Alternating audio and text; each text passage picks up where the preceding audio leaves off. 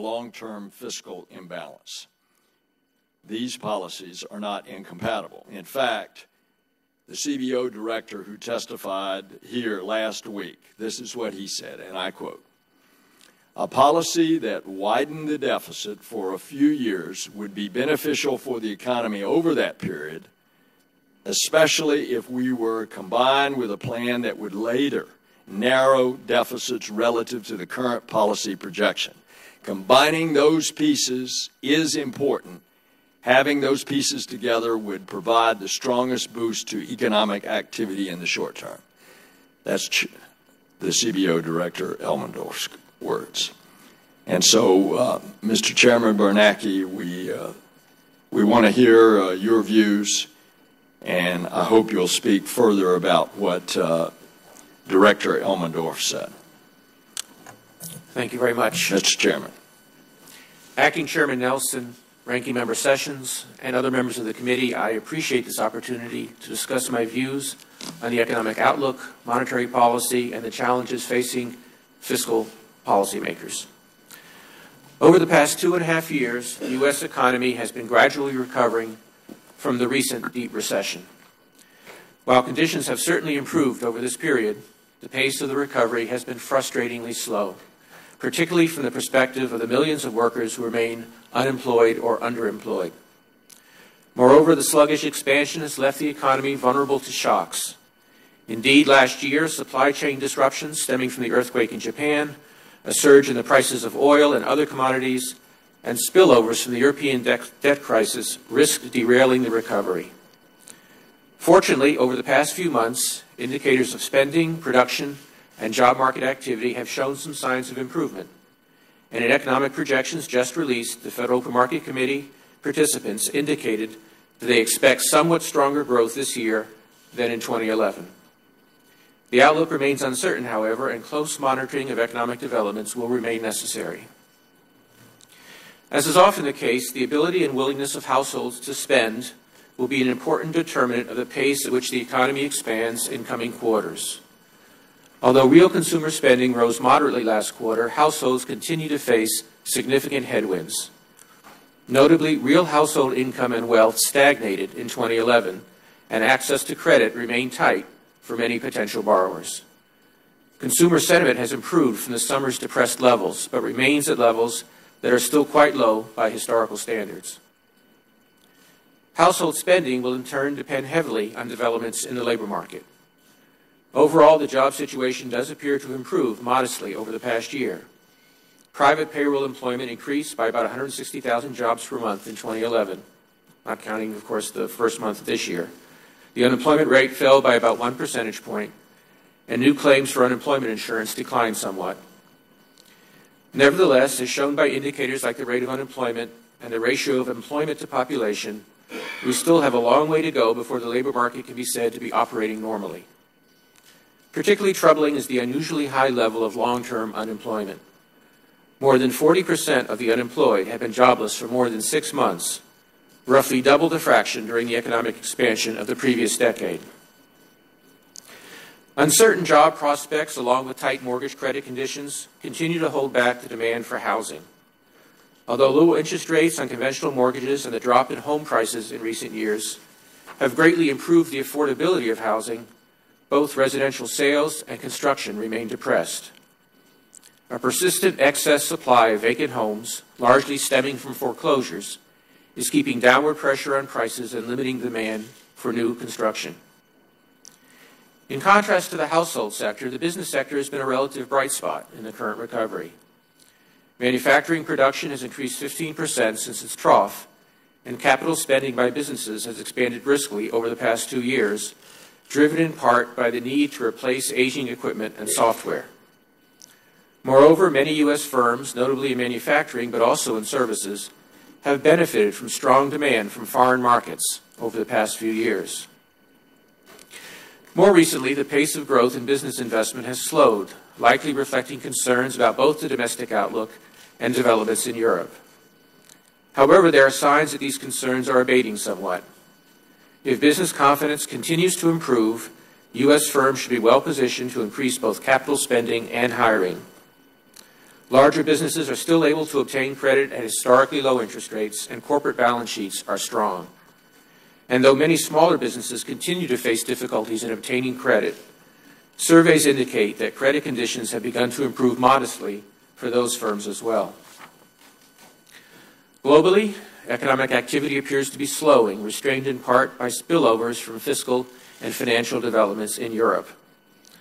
The combination of high debt levels and weak growth prospects in a number of European countries has raised significant concerns about their fiscal situations, leading to substantial increases in sovereign borrowing costs, concerns about the health of European banks, and associated reductions in confidence in the availability of credit in the euro area. Resolving these problems will require concerted action on the part of European authorities. They are working hard to address their fiscal and financial challenges.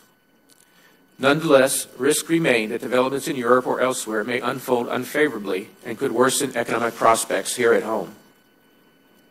We are in frequent contact with European authorities, and we will continue to monitor the situation closely and take every available step to protect the U.S. financial system and our economy. Let me now turn to a discussion of inflation. As we had anticipated, overall consumer price inflation moderated considerably over the course of 2011. In the first half of the year, a surge in the prices of gasoline and food, along with some pass-through of these higher prices to other goods and services, had pushed consumer inflation higher. Around the same time, supply disruptions associated with the disaster in Japan put upward pressures on motor vehicle prices. As expected, however, the impetus from these influences faded in the second half of the year, leading inflation to decline from an annual rate of about 3.5% in the first half of 2011 to about 1.5% in the second half, close to its average pace of the preceding 2 years. In an environment of well-anchored inflation expectations, more stable commodity prices, and substantial slack in labor and product markets, we expect inflation to remain subdued. Against that backdrop, the FOMC decided at its recent meeting to maintain its highly accommodative stance of monetary policy. In particular, the committee decided to continue its program to extend the average maturity of its securities holdings, to maintain its existing policy of reinvesting principal payments on its portfolio of securities, and to keep the target range for the federal funds rate at 0 to 1/4%. The committee now anticipates that economic conditions are likely to warrant exceptionally low levels of the federal funds rate at least through late 2014. As part of our ongoing effort to increase the transparency and predictability of monetary policy, following its January meeting, the FOMC released a statement intended to provide greater clarity about the committee's longer-term goals and policy strategy. The statement begins by emphasizing the Federal Reserve's firm commitment to pursue its congressional mandate to foster stable prices and maximum employment. To clarify how it seeks to achieve these objectives, the FOMC stated its collective view that inflation at the rate of 2%, as measured by the annual change in the price index for personal consumption expenditures, is most consistent over the longer run with the Federal Reserve's statutory mandate.